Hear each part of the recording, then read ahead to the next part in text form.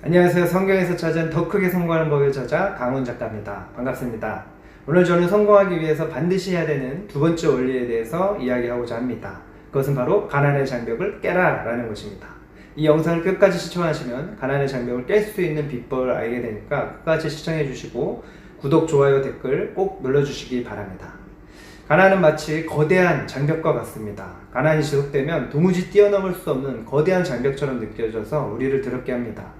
그러면 우리의 생각과 의식은 가난한 사고로 가득하게 됩니다. 그래서 다시 가난한 삶을 지속하게 되는 거죠. 그래서 우리는 이 가난의 장벽을 반드시 깨야 됩니다. 저희 집은 속된 말로 찢어지게 가난했습니다. 저희 형이 군대 가기 전까지 저는 단 한 번도 방을 가져본 적이 없습니다. 5살 때는 방 한 칸에서 5식구가 살았습니다. 화장실도 밖에 있었습니다.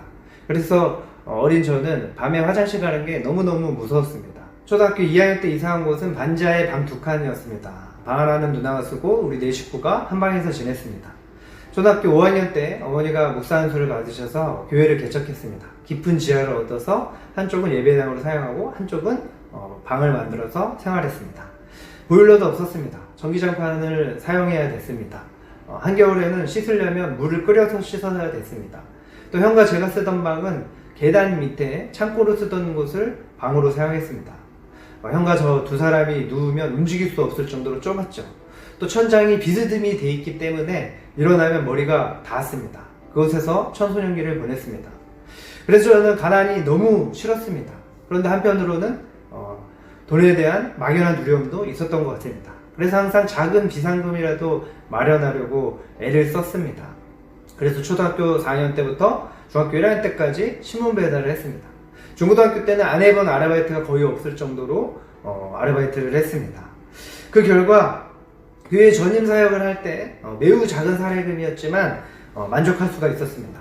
가난한 것을 당연한 것으로 받아들인 것이죠. 그 영향은 가난의 장벽을 반드시 깨야 되겠다 큰 결심을 할 때까지 지속됐습니다.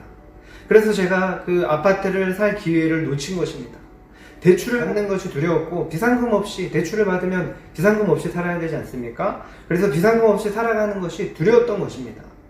그러나 우리가 분명히 알아야 될 것은 대출이 무조건 나쁜 것이 아니라는 것이죠. 대출에는 나쁜 대출이 있고 좋은 대출이 있습니다. 그런데 가난의 장벽을 흑수저들이 가난의 장벽을 깨기 위해서는 반드시 좋은 대출은 필요하다라는 것입니다. 부자들은 소위 말하는 대출로 레버리지를 삼아서 그것으로 투자를 해서 더 큰 부를 이룹니다. 집을 장만하기 위해서 하는 대출은 좋은 대출 중에 하나죠. 요즘에 대출 받지 않고 집을 살 수 있는 사람이 얼마나 되겠습니까? 그러나 저는 그저 그 대출 이자 갚는 것이 부담스럽고 두려워서 대출을 받지 않았던 것입니다. 가난에 익숙했기 때문입니다. 가난의 장벽을 자연스럽게 여기고 썼던 것이죠. 나폴레옹 힐은 가난하게 태어난 것이 치욕은 아니다. 가난을 숙명으로 받아들이는 것이 치욕이다 라고 했습니다. 그렇습니다. 가난의 장벽 중에 가장 무서운 것은 마음입니다. 기회가 와도 미리 겁먹고 포기하기 때문입니다. 자신도 모르게 재정적인 부분에서는 자신감이 저하되어 있는 것입니다. 심리학에는 자기 효능감이라는 개념이 있습니다. 자기 효능감이란 어떤 상황에서 적절한 행동을 할 수 있다는 기대와 신념을 말합니다. 캐나다의 심리학자 엘버트 반두라가 제시한 개념이죠.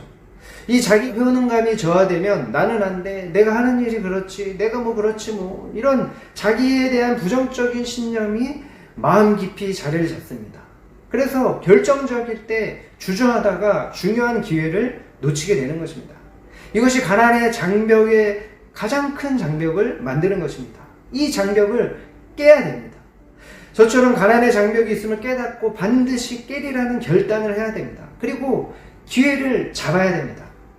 이탈리아 토리노 박물관에 그리스 신화에 나오는 리시포스 작품이라는 것이 있습니다. 바로 기회의 신 카이로스 조각상입니다. 이 조각상의 모습이 굉장히 흥미롭습니다.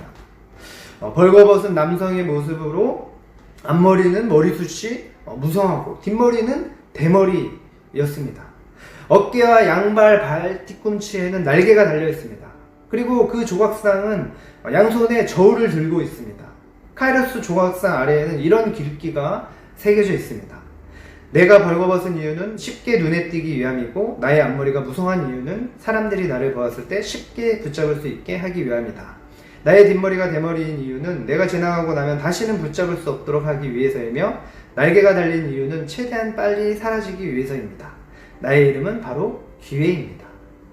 이 독특한 조각상의 모습에 아주 중요한 의미가 있었던 거죠. 그렇습니다. 기회를 잘 포착해야 됩니다. 부자들은 이 기회를 굉장히 잘 포착합니다. 기회라고 생각하면 주저하지 않고 바로 과감하게 잡는다는 것이죠. 그러나 안타깝게도 자기 효능감이 낮은 사람들은 기회가 와도 어떻습니까?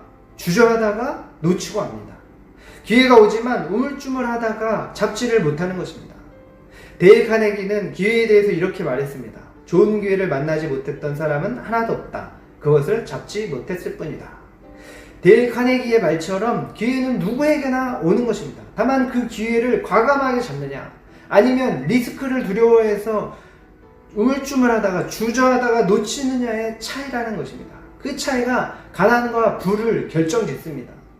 기회의 한자 기는 위기라는 단어에도 쓰입니다. 기회와 마주친 순간은 위기가 될 수도 있다는 것이죠.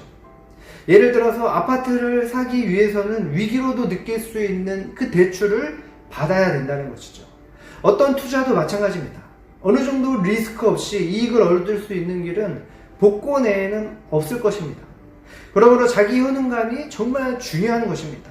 나는 할 수 있다라는 그런 자기 효능감이 있으면 과감하게 실행해서 기회를 잡을 수 있는 가능성이 매우 높아지게 되는 거죠. 가난의 장벽은 마음의 장벽입니다. 자기 마음에 있는 장벽은 누구도 대신해서 깨줄 수가 없어요. 자기 스스로 세운 장벽이기 때문입니다. 우리는 이 가난의 장벽을 깨야 됩니다. 자기 효능감을 높이기 위해서는 성취 경험을 많이 해야 됩니다. 그리고 목표를 이룬 사람들을 시각화하는 것이 좋습니다. 모델링을 하는 거죠. 또한 타인에게 격려와 칭찬을 많이 받을수록 발달합니다. 먼저 자기 스스로를 격려하고 칭찬하는 것이 어떨까? 저는 그렇게 생각합니다. 셀프 리더십이라는 말이 있습니다. 자기 스스로에게 리더십을 발휘해서 자신을 이끌어가는 것이죠. 그러나 무엇보다 자기 마음의 상태를 잘 관리하는 것이 중요합니다. 성공한 사람들은 자기 마음의 상태를 잘 컨트롤합니다. 나는 할 수 있다. 나는 매일 조금 더 나아지고 있다. 그렇게 스스로 매일 선포한다면 자기 효능감이 높아질 것입니다. 저는 자기 효능감을 높이기 위해서 매일 이 성경 말씀을 선포했습니다. 내게 능력 주신 자 안에서 내가 무엇이든지 할 수 있느니라. 이 말씀을 선포하면 마음이 평안해지고 자기 효능감이 높아졌습니다. 전능하신 하나님께서 내게 능력을 주신다고 생각하면 무엇이든지 할 수 있다는 그런 생각이 들었습니다. 그리고 생생하게 그렸습니다. 버킷리스트를 만들고 또 보물지도, 요즘에 보물지도 유명하지 않습니까? 보물지도를 만들어서 책상 앞에 붙여놓고 수시로 의식을 확장했습니다. 그랬더니 저의 마음에 있는 가난의 장벽들이 서서히 깨어지기 시작했습니다. 성경에는 자기 효능감을 높이고 기회를 잡을 뿐만 아니라 기회를 만드는 방법을 말씀합니다. 그 방법이 뭘까요? 바로 지혜를 얻는 것입니다. 역사상 가장 지혜로웠던 솔로몬은 하나님께 기도해서 지혜를 얻었습니다. 성경 역대하에 보면 솔로몬이 어떻게 최고의 지혜를 얻었는지 기록되어 있습니다. 지혜를 구한 솔로몬을 선하게 여기신 하나님께서는 그에게 부귀와 영광도 주셨습니다. 그 결과 솔로몬은 전무후무한 풍요로운 왕이 됐습니다. 심지어 솔로몬의 지혜를 듣기 위해서 수만리 떨어진 곳에서도 공문을 들고 사람들이 찾아왔습니다. 오늘날도 지혜롭기만 하다면 무궁무진한 기회가 있을 것입니다. 우리도 얼마든지 솔로몬처럼 부귀영화를 얻을 수가 있습니다. 하나님께서는 우리에게 더 큰 것을 주실 수 있으시고 또 주시기를 원하십니다. 그 하나님을 믿고 믿음으로 기도하면 됩니다. 하나님을 믿고 하나님이 도우시는 나 자신을 믿으면 됩니다. 하나님은 우리를 위해서 좋은 선물을 예비해 놓고 계십니다. 우리의 가난한 사고가 장벽이 돼서 하나님이 주시고자 하시는 선물을 가로막고 있을 뿐입니다. 우리의 사고가 바뀌어야, 우리의 가난한 사고가 버려져야 하나님이 우리의 인생을 바꿔주시는 것입니다. 우리의 가난한 사고를 버리고 할 수 있다는 풍요로운 사고로 기대와 설렘 속에서 살아가기를 바랍니다. 할 수 있다는 자기 효능감이 기회를 잡을 수 있는 힘이 됩니다. 지혜로워질 수 있다는 믿음의 기도가 우리를 지혜롭게 합니다. 이제 가나안의 장벽을 깨시기를 바랍니다. 자기 효능감을 높이시기를 바랍니다. 우리에게 더 좋은 기회가 오고 있습니다. 이제는 더 이상 기회를 놓치지 말기를 바랍니다. 지혜를 얻어서 기회를 또 만들어내기를 바랍니다. 우리는 할 수 있습니다. 사고를 바꾸면 어제보다 오늘보다 내일이 더 좋아질 것입니다. 여러분의 가난한 사고를 바꿔서 자기 효능감을 높여서 또 지혜로워져서 여러분의 삶이 풍요롭고 부유로운 삶이 되기를 응원하고 축복합니다. 오늘 영상을 이제 마치겠습니다. 영상을 보시고 궁금하신 것이 있으시면 댓글로 남겨주시기 바랍니다. 댓글을 보고 제가 그 댓글에 관련된 영상을 다시 만들겠습니다. 구독과 좋아요 꼭 눌러주시기를 바랍니다. 지금까지 성경에서 찾은 더 크게 성공하는 법의 저자 강훈 작가였습니다. 행복하세요.